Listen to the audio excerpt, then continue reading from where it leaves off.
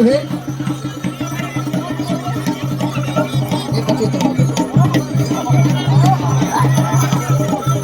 अपना हथियार लहराते हुए चक्रव्यूह की हरे हथियार को पकड़ना नहीं है, लहराते हुए जाना है।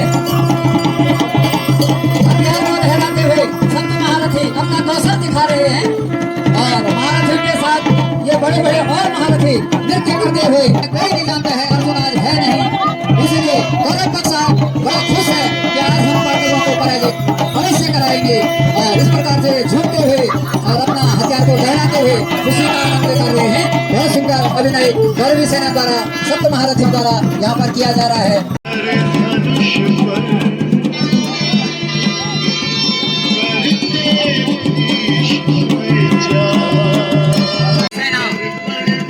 जोरदार तालियों से हम अपने पंच पांडवों का स्वागत करते हैं। हमेशा भगवान श्री कृष्ण का सानिध्य पांडवों को मिला। कृष्णाय वासुदेवाय नमो नमः, गोविंदाय नमो नमः। हमेशा भगवान श्री कृष्ण का साथ मिला है पांडवों को और ये पांडवी सेना भी कौरवों के ललकार को सहन नहीं कर पाई और चल दे जोरदार तालियों से हम अपने पंच पांडवों का पांडवी सेना का यहाँ अभिनंदन करते हैं। जोरदार तालियों से हम स्वागत करते हैं।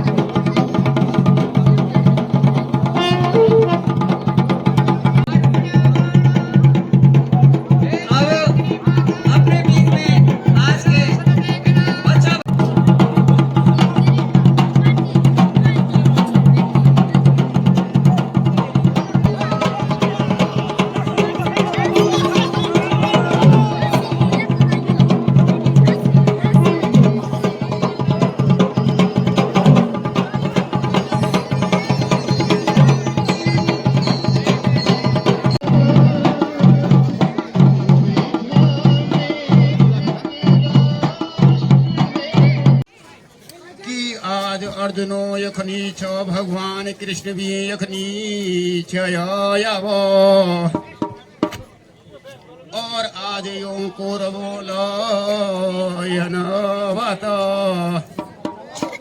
गुरु द्रोणाचार्य द्वारा एक चक्रव्यूह की रचना करी देना। जे चक्रव्यूह की रचना के बारा माह वो कोई भी भाई नहीं जाना और अर्जुन न होना का वास्ता आज गुरु द्रोणाचार्य क्यों यो व्यूह की रचना करी देला। मैं ज्येष्ठ पुत्र होना का कारण पूरा जवाबदारी मेरा हाथ पर छनो यावो कि मेरा शब्द मानियो कि मैं आज क्या काम करी दोला कि इनो कौरवलो हमते को खंड ने खिलायो को रघु बात ने रचायो भलो भयो और हम इनका वास्ता बड़ी दिक्कत मारया भला कि सुना न्यारा भाइयो यव कि आज जब अर्जुन ने छ तो हम चार भाई छनो यख जो भी निर्णय ले लो मेरा अनुसारी लियो जालो कि मेरा समाज मानीते ओण्यो कि मैं क्या जे करोला भाइयो कि अगर तुम्हारी पास भी कोई सलाह छना भाइयो तो तुम भी बातें बोले जाला कि तुम भी कोई सुझाव दे देवा क्योंकि ये युद्ध में हम भी कोई नहीं जाना अब केवल अर्जुन ही चक्रव्यूह की रचना वो उसका व्यूह तोड़ना जानो हलो कि का मांगा भयो कि कने बातिय हली अब कि मैं तो बड़ा दुख का कारण छनो अब कि मैं क्या करूं क्या न करूं हुनी मैं ते कि अब बाता कोई भायो अगर तुम दे कोई जानी बात तो तुम मेरा बात बता दिला कि युद्ध तो निश्चित होना आज जब अर्जुन ने छो यखो तभी तो इन्होंने आज व्यूह की रचना करी दिन कि वो भी जानते थे कि क्योंकि आज अर्जुन यखो छाया तो गुरु द्रोणाचार्य लो यो व्यूह की रचना करी फल कि सोना म्यारा भयो कि क्या बुद्धि चोला हूँ कि क्या बातें हो इते जाला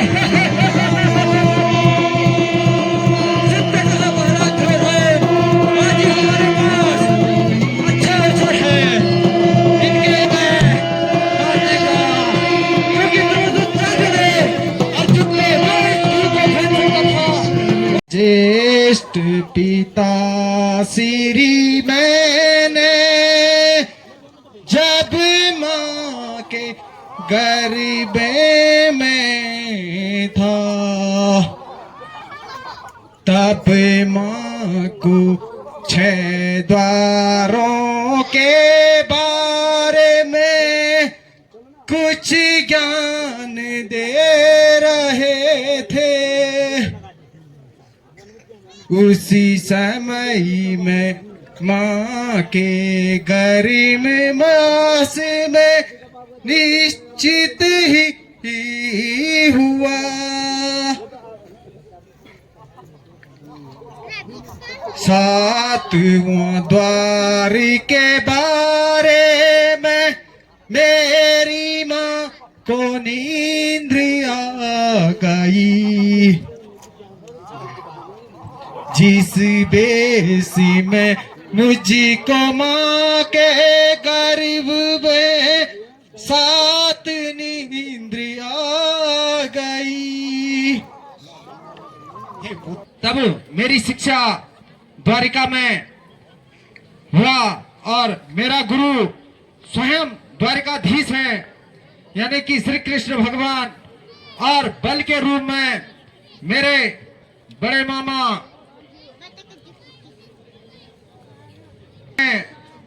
मुझे धनु विद्या में निपुण हूं मैं, क्योंकि हमेशा जब जब धर्म की हानि होती है तो निश्चित ही किसी न किसी को अवतार लेना पड़ता है।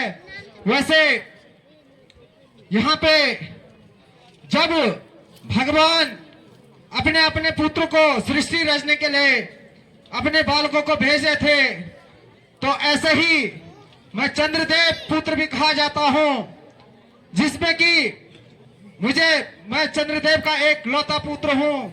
सृष्टि रचने के लिए वहीं पे मेरे पिताजी मुझे नहीं भेजे थे, लेकिन भगवान के आज्ञा के अनुसार मुझे सृष्टि रचनी थी, और केवल मेरे पिताश्री ने मुझे 16 वर्ष के लिए इस धरती में भेजा है, जिसके रूप में मैं आपका ज्येष्ठ पुत्र कहलाता हूँ। इसलिए 13 वर्ष में मेरी शादी की गई और माँ के पेट में मुझे इस रचना के बारे में ज्ञान था।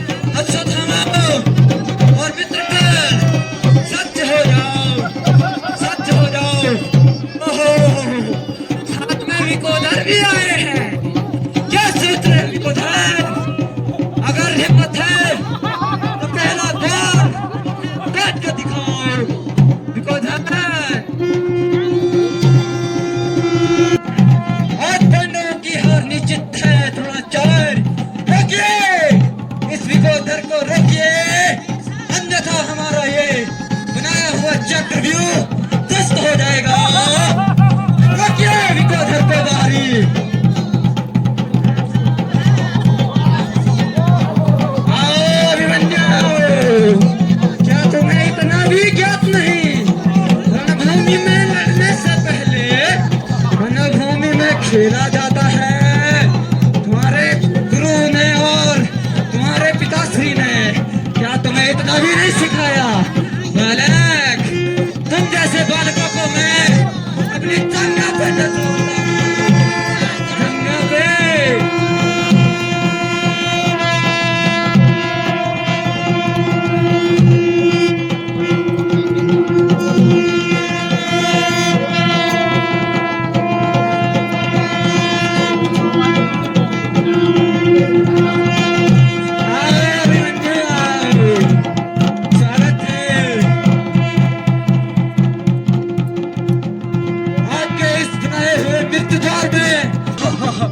आज अपमान का बदला तेरी मृत्यु से ही लिया जाएगा।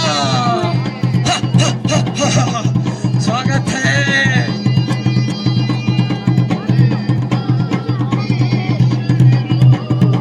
नहीं, आज तुम्हें पता चलेगा, आज तुम्हारे पिताश्री को स्मरण हो जाएगा किस प्रकार उन्होंने मेरा अपमान किया था।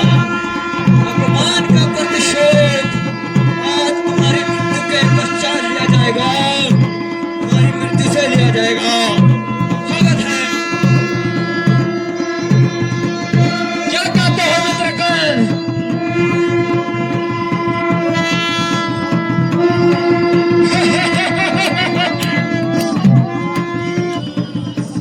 आने दो मित्र।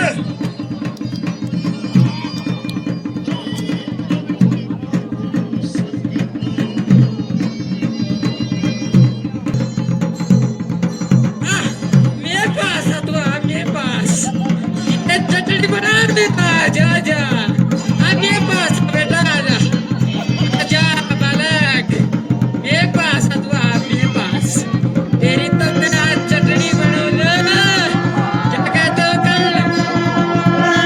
अवश्य चटनी बना खोलू।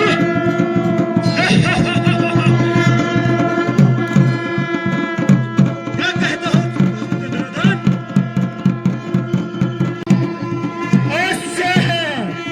आने वाला है आप ही के पास ये बालक।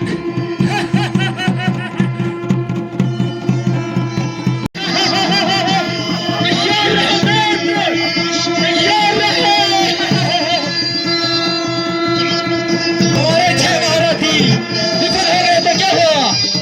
अभी सातवें द्वार पर ये द्रथ खड़ा है बालक, ये द्रथ।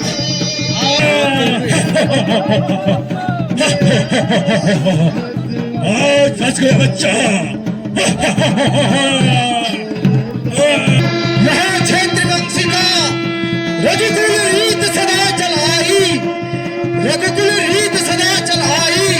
प्राण जाए पर वचन न जाए, प्राण जाए पर वचन न जाए। यही चाहते हो तो तुम्हारी इच्छा अवश्य पूर्ण होगी। आज तुम्हारा वध होगा। हे मेरे प्यारे धनुष, आज तूने मेरा साथ छोड़ दिया। हाय राम, हे मेरे प्यारे धनुष, आज तूने भी मेरे अस्त्र शस्त्र छोड़ दिए। आज मैं तुझको अर्पण करता हूँ।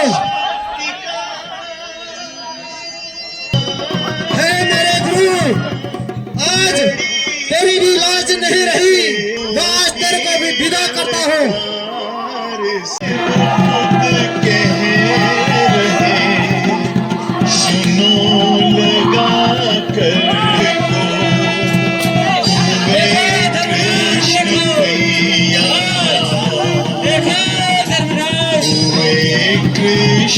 आनंद कंद श्री कृष्ण चंद्र भगवान की। और ये चक्र धर्म चक्र है, और आज भगवान श्री कृष्ण के साथ अर्जुन का पदार्पण इस चक्रव्यूह के निकट हो रहा है। जोरदार तालियों से हम भगवान श्री कृष्ण का स्वागत करते हैं, अभिनंदन करते हैं। और यहाँ पर सप्त महारथियों ने कुनीति से आज वीर बालक अभिमन्यु का वध कर दिया है। और यही पश्चाताप महाराज युधिष्ठिर को है कि किस प्रकार से आज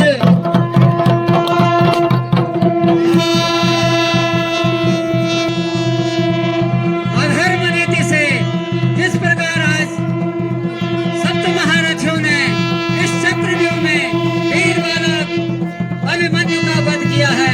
यही पश्चाताप आज महाराज युधिष्ठिर को है कि जब अर्जुन आएंगे हम अर्जुन से क्या कहेंगे। और भगवान श्री कृष्ण के साथ अर्जुन का पदार्पण हो गया है।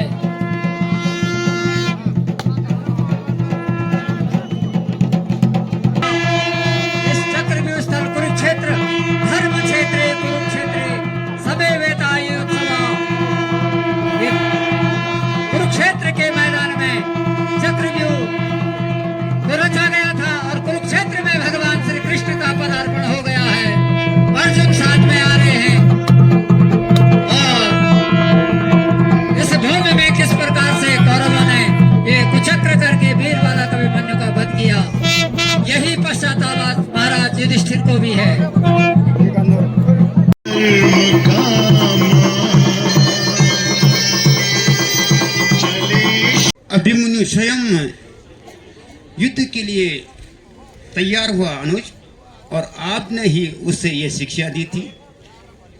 जब आप अपनी भार्या सुभद्रा को इसके बारे में बता रहे थे, तब अभिमन्यु ने मेरे पास पूरा वृत्तांत सुनाया। बोला, तातश्री मैं इस व्यूह की रचना व खंडन करना जानता हूँ, सिर्फ मैं सातवां द्वार नहीं तोड़ सकता हूँ। तो इसमें अनुज भीम ने कहा, इसको तो मैं अपनी गदा से तोड़ दूंगा। तो अनुज अभिमन्यु ने कहा कि जब मैं माता जी के गर्भ में था तो पिताजी ने मुझे इस व्यूह का खंडन का पूरा वृत्तांत सुनाया था, परंतु जब सातवां द्वार की बारी आई तो माता जी को नींद आ गई थी और मैं सातवां द्वार का खंडन के बारे में नहीं सुन सका। और आज हमारा वीर बालक, इसी कारण आपकी भी गलती है अर्जुन। जब उस समय आप इस वृत्तांत को सुना रहे थे तो जब सुभद्रा को निंद्रा आ गई थी तो आपने उस कहानी को वहीं पर समाप्त किया है, और अभिमन्यु वहाँ का आगे का वृत्तांत नहीं सुन पाया। और आज हमारे वीर बालक ने एक पराक्रम दिखाया है अर्जुन, पराक्रम दिखाया है। मैं तुझे आश्वस्त करता हूँ, पराक्रम दिखाया हमारे पुत्र ने। इन्हें 7 महारथियों ने मिल करके एक अधर्म युद्ध किया, हमारे पुत्र के साथ एक धर्म युद्ध किया है अर्जुन, अधर्म युद्ध किया है। हे नारायण, आपने ही तो हमें इस धर्म के बारे में सुनाया है अर्जुन। नारायण ने हमें धर्म के बारे में सुनाया है। हे नारायण, आपने तो कहा कि धर्म सबसे बड़ा चीज है। अगर धर्म है तो अधर्म युद्ध क्यों हो रहा है भगवान? हे केशव, आप हमें बताइए, ये अधर्म युद्ध क्यों हो रहा है? इस प्रकार का युद्ध क्यों हो रहा है? ऐसे आपने तो हमें स्वयं आसक्त किया था कि हे धर्मराज, धर्म की विजय, जथो धर्म तथो विजय हो। इस दुख को सुन नहीं सकता हूँ, आप बताइए। अस्वच्चानन्न शोचस्तुम, अस्वच्चानन्न शोचस्तुम प्रज्ञावादास्य भाषसे, गतासून गतासुस्सा, गतासून गतासुस्सा नानु शोचन्ति पंडिता। हे प्रिय अर्जुन, जिसके लिए अब शोक नहीं करना चाहिए, दुख नहीं करना चाहिए, उसके लिए तुम शोक कर रहे हो। जो दुनिया से विदा हो चुके हैं उनके लिए इस संसार के रहने वाले प्राणी किसी भी प्रकार का दुख नहीं करते हैं। देहिनेस्मिन् यथा देहे कौमारम यौवनम जरा तथा देहांतर प्राप्ति धीरस्तत्र न मुह्यति। हे अर्जुन, दुख मत करो। इस संसार में प्रकार से मनुष्य शरीर पाकर के पहले बाल्यपन, फिर युवावस्था, युवावस्था के बाद बुढ़ापा को प्राप्त करता है। यह शरीर का धर्म है, आत्मा का नहीं। इसलिए प्यारे अर्जुन, अभी भी आपका दुख दूर नहीं